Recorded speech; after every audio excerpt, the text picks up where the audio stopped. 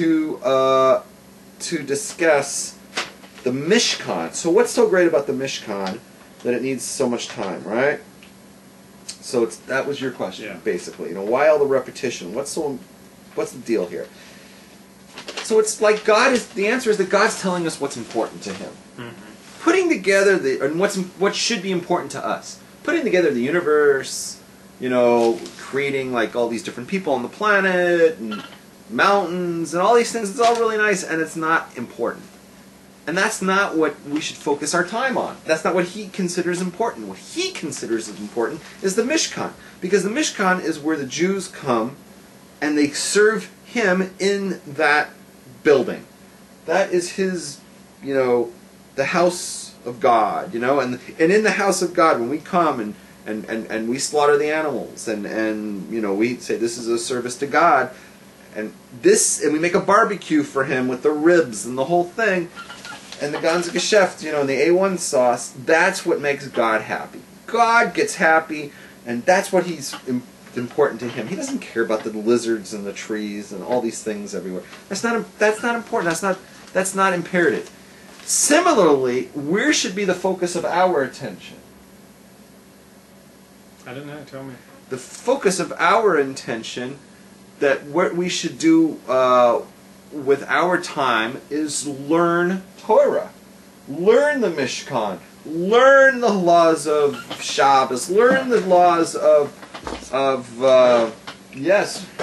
look like ZZ Top. Learn the laws of the holidays. Learn the laws. Learn Torah.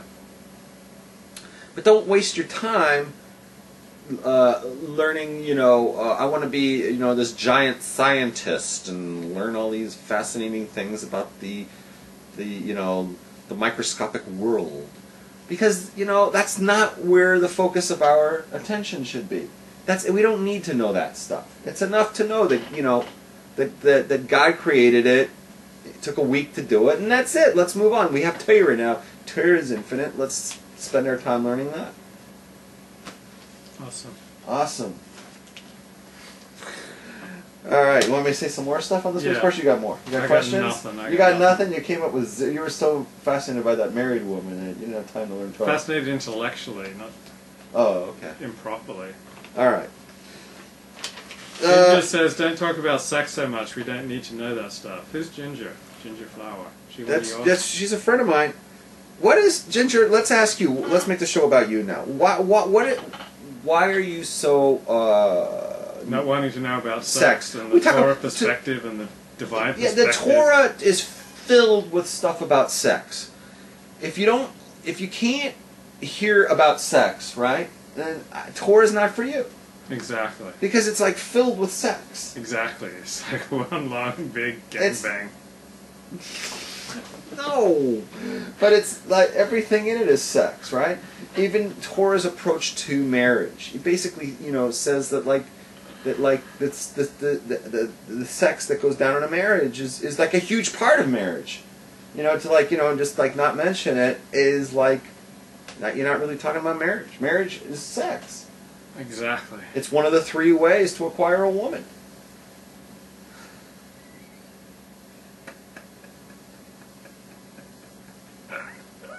Great, so keep going to this week's Parshah. Alright, this week's Parshah. Alright, so the first verse of the Parshah says, these are the things that God commanded you to do. These are the things that God, it says, Elohad Barim. Okay, that these are the things that God commanded you to do, and then it goes on, and then it does a weird thing. Can I pull this up? Where's your handy-dandy book this week? Oh, you want a chumash? A chumash. Well, you've got one there. I got it on here. See, okay, hang on. See, next week is Pekude, dude. So, Ginger was asked, can you make a match for Levi? And she says, put on a guy who can actually have sex.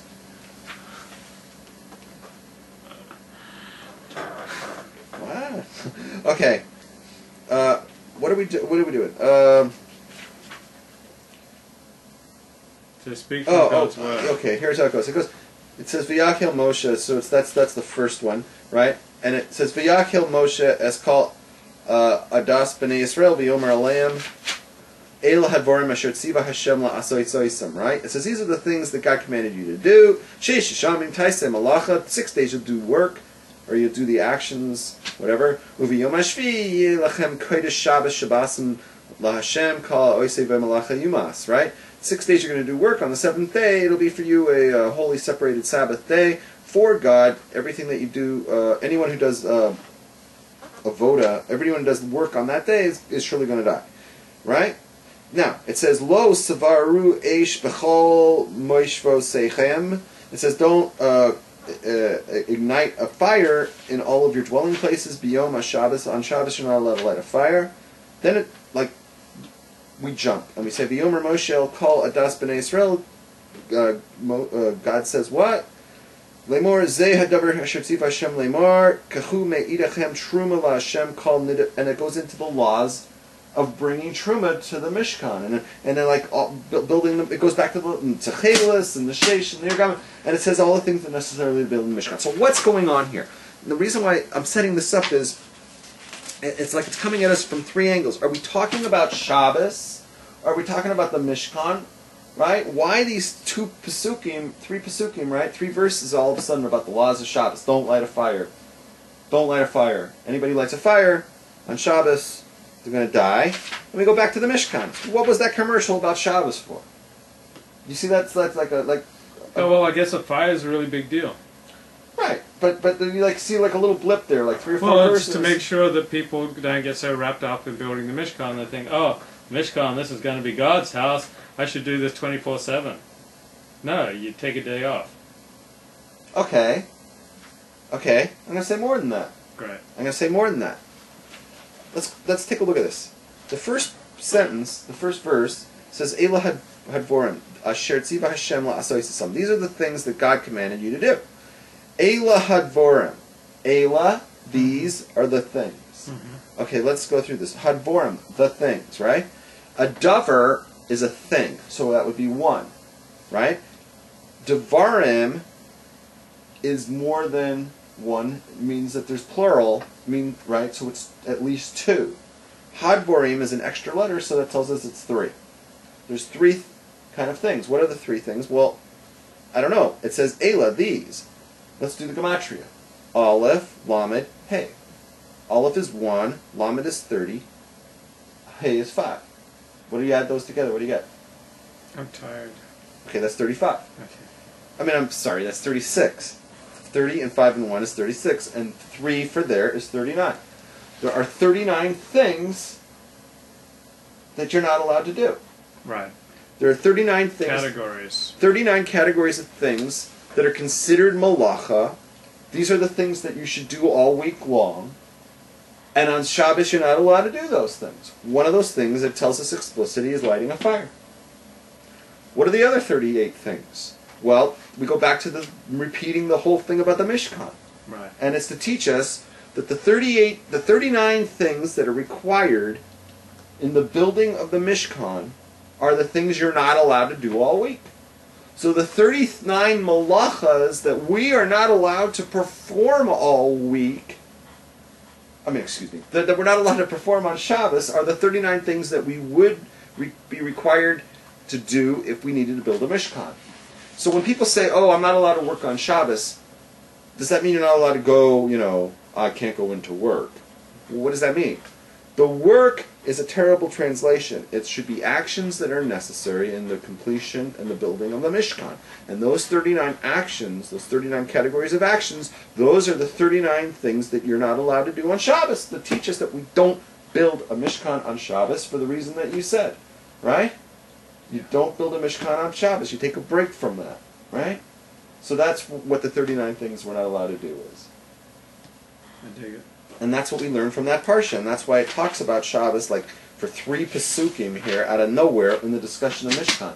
And if you say, why is it repeating everything after that? It's repeating because we already know the laws of the Mishkan, right? Now it's telling us, basically, it's stretching out what are the 39 categories of things that we are required of us all week that we're not allowed to do on Shabbos. One of the things that I love about this week's Parshah is that there's no sex in it. Like, it's so nice when you have to settle down, and just go through a whole Parsha and there's no, in